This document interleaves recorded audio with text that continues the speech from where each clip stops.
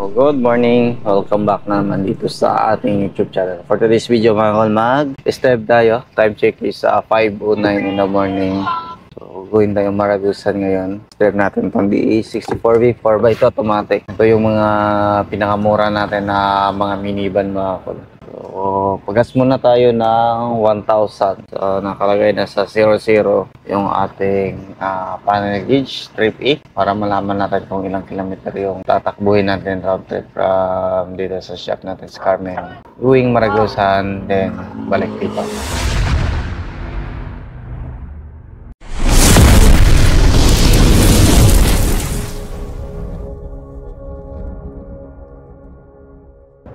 Let's go. Lahat ng biyahe natin is naka-aircon tayo para makita natin kung kaya ba talaga sa akyatan yung minivan na naka-aircon. Marami na tayong mga vlog niyan, nagawa experiment sa mga minivan natin. Let's go.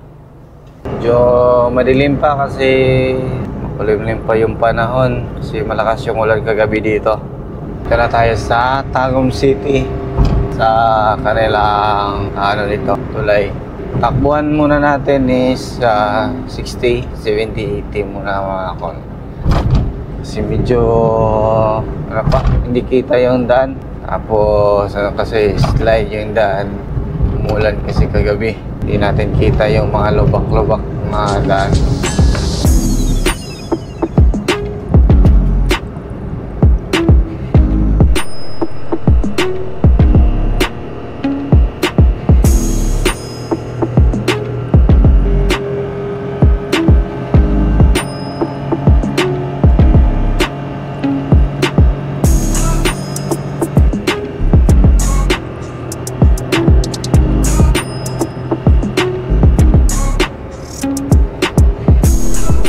Umabot tayo ng 100 kph mga kol. Kayang-kaya. Kung ano lang sana, kung mayroon tayong mataas na daan dito yung straight, kakaya rin ito ng 120. Pero yan lang muna, at least alam natin na okay siya pag tatakbo siya ng 100 kph. So, pa-exit na tayo ng Tagum City. Gawin na tayo ng Mawab Davao de Oro. So ito yung daan dito mga kol, na grabe yung pakurbada. So mga ganitong daan, mag-ingat tayo lalo na pag umulan. Kasi may nadaanan tayo ganihan na truck na tumambling. Sana okay lang yung driver at saka pahinante nun. Sarap mag-banking dito. Mga mahilig sa motor. Tayo hindi tayo mahilig sa motor. Ito lang sa atin. Chill lang, chill ride.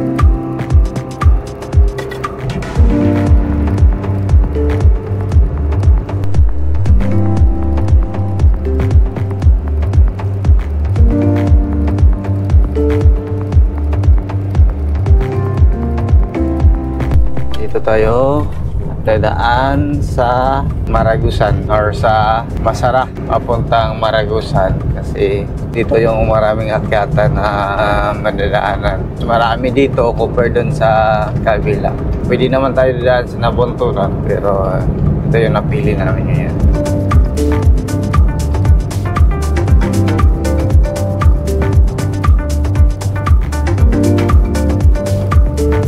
Time check mga kol is 5:55 in the morning. Dito na tayo sa Mawab Davao de Oro.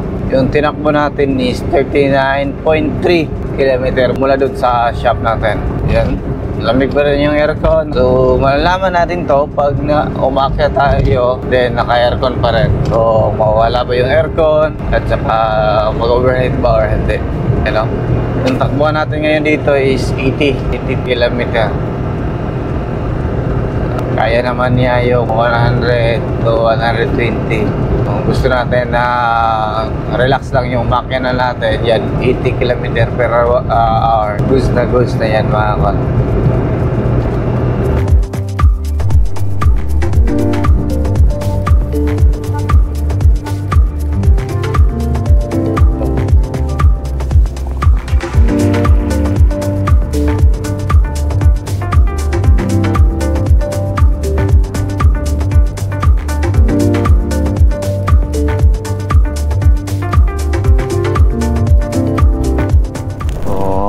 napakamalas. Flat tayo.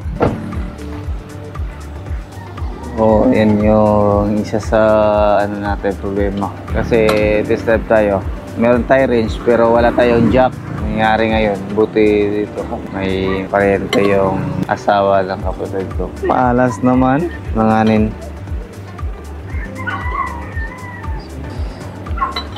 So, goods pa rin. Hindi naman na-damage yung mag wheels. So, papalitan lang ng bagong gulong. Good news, kairam kami ng jack pero sobrang laki naman ng jack.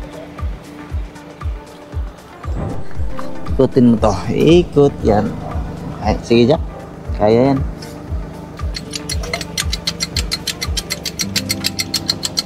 So, yan yung problema pag hindi mag-check ng gulong o yung gamit before mag-travel.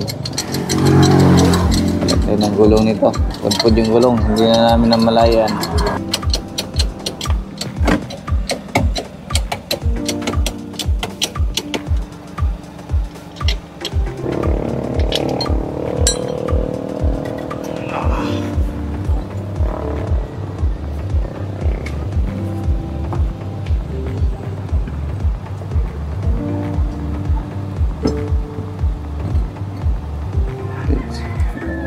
Oh, grabe. Laking gulong. Kaya pala, medyo maingay kanina. Yun na yun pala. Tayo nakarating sa mga akyatan. Na-flat tayo. Oh, let's go. Ano natin? 60 km.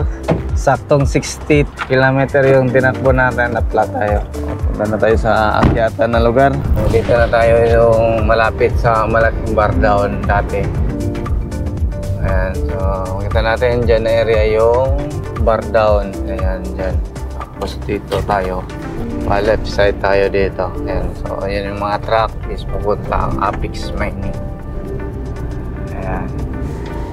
Dito yung sikat dati na ano, yung mainit hot spring. Pero ngayon close na. Sayang. Ano na, sarado na. Natuyo na yung poles nila. Wala ng tubig. Sa ilalim na dumaan. Ito yung simula ng akyatan. May portal rin ka po na eh. Akyatan.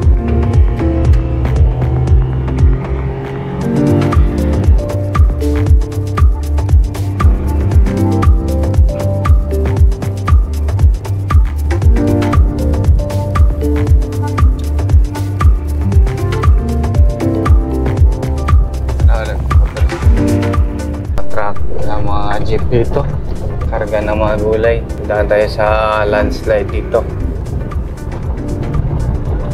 Rough road.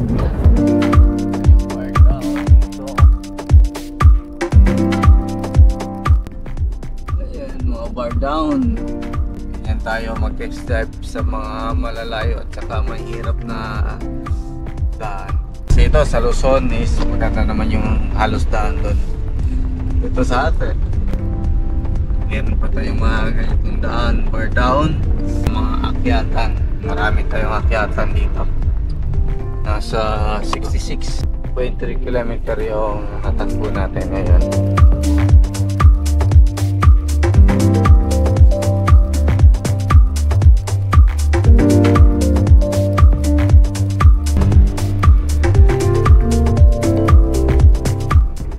Akyatan na ito mga kol. So, dito natin masubok yung unit natin. Lapit na.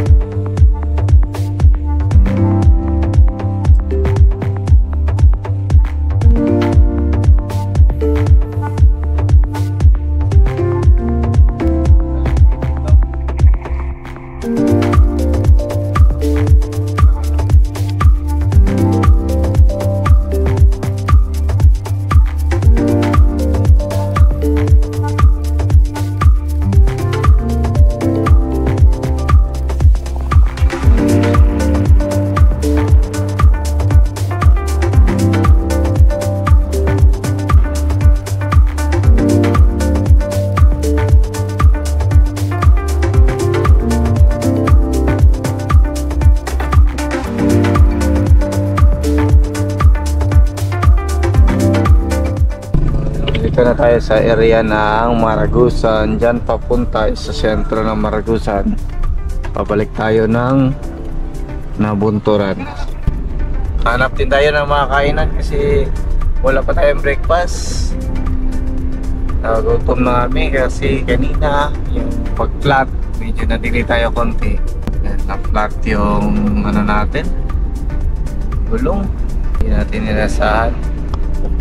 Goods, wala nang ano, wala nang hamog, wala nang pugs. Dito tayo sa arko ng Maragusan. Okay, yung arko ng Maragusan. So, yun. Yan po yung finish drive natin, DE64V 4x2 Captain Seat non-turbo. Time check is at 10 in the morning, 95.1 kilometer.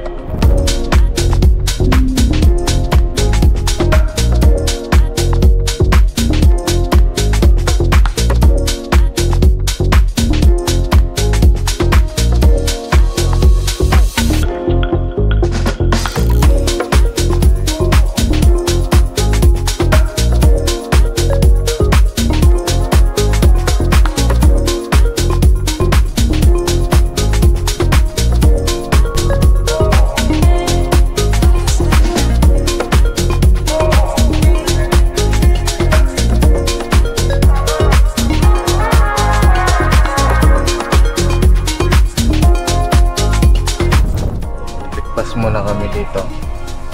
So, kain muna. So, yan, lamig ng aircon ng minivan natin. Basta tayong kumain dyan. Tuloy na tayo para tayo ng ibang unit. Kasi today nito is lilinisan na lang. Palitan ng gulong. And linisan. Para schedule na for release this week or mapaship kasi Tagalusan yung may-ari nito.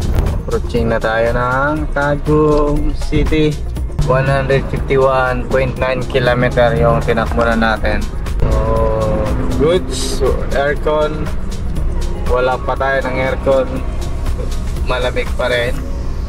Hatak, sakyatan, walang overheat. Yan, sa highway kayan tumakbo na 180 to 100, 120 kung open yung area. Doon lang tayo sa safety.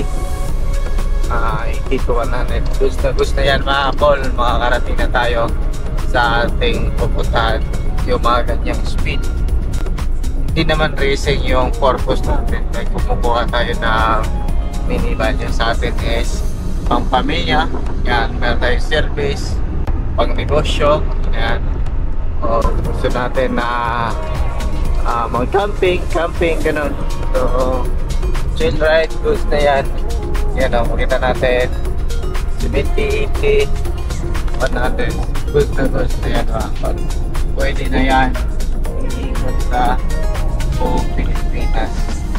Picture lang na naka-fully PMS. Lahat ng system ng inyong sasakyan is na-check na before ninyo long drive. Kasi may mga customer na nagpunta sa atin na halos hindi makapag-change oil. Ayan. So, yung oil lapsaw na, tapos sobrang itim, kaya yan yung mga number 1 na sisira sa makina ng ating sasakyan. Yan. So, basic maintenance para maiwasan natin yung malaking gastos during biyahe. Yan. Yan lang makita natin, naka 1 drive lang ako while driving. So, ibig sabihin yan, malambot po yung manibela or yung ating steering wheel ng ating minivan. Yan. Time check is 11:36. Medyo natagalan tayo mga call. Kasi may mga dinaanan tayo, kumuha tayo ng mga parts para sa mga unit natin, mga accessories. So, meron tayong dinaanan na dalawang store dito sa Tagum City para may magamit tayo na parts and accessories para sa mga releasing unit natin. Tsaka may nag-order din ng mga parts. Medyo natagalan tayo. So, ayan.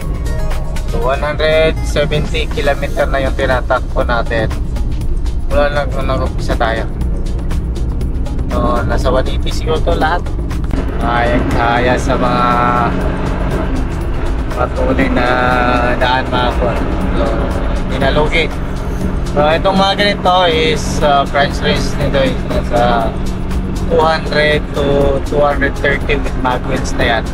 Yung 200 is walang mag wheels, yung ordinary seat lang, street seat.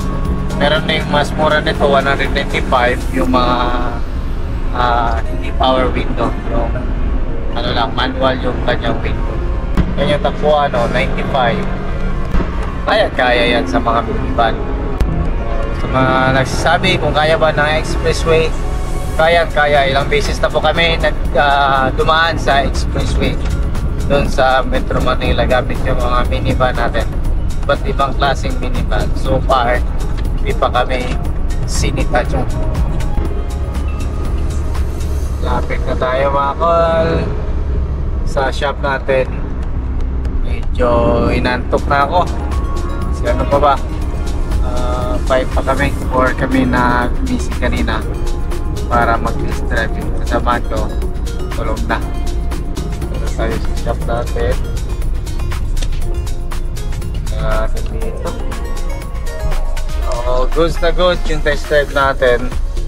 Ilang kilometer ba? 186 kilometer yung tinakbo natin mga kol. 186 kilometer. So yan yung total na tinakbo natin sa ating pag-test drive. So far good. Yung may problema lang is natlatan kami kanina. Nakakalungkot, wala kaming dalang jack. Buti malapit dun sa area na business ni brother. Yan, tulog. Kapag ano kami ng jack, hirap.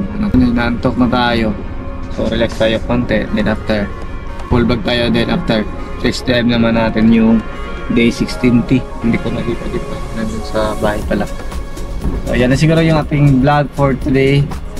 Maraming salamat po sa inyo. Patuloy na po subaybay sa bago lang sa ating channel. Don't forget to like, share, and subscribe. And click na rin yung notification bell para updated kayo sa ating next video uploads. Ingat po kal and bye-bye. God bless po sa ating lahat.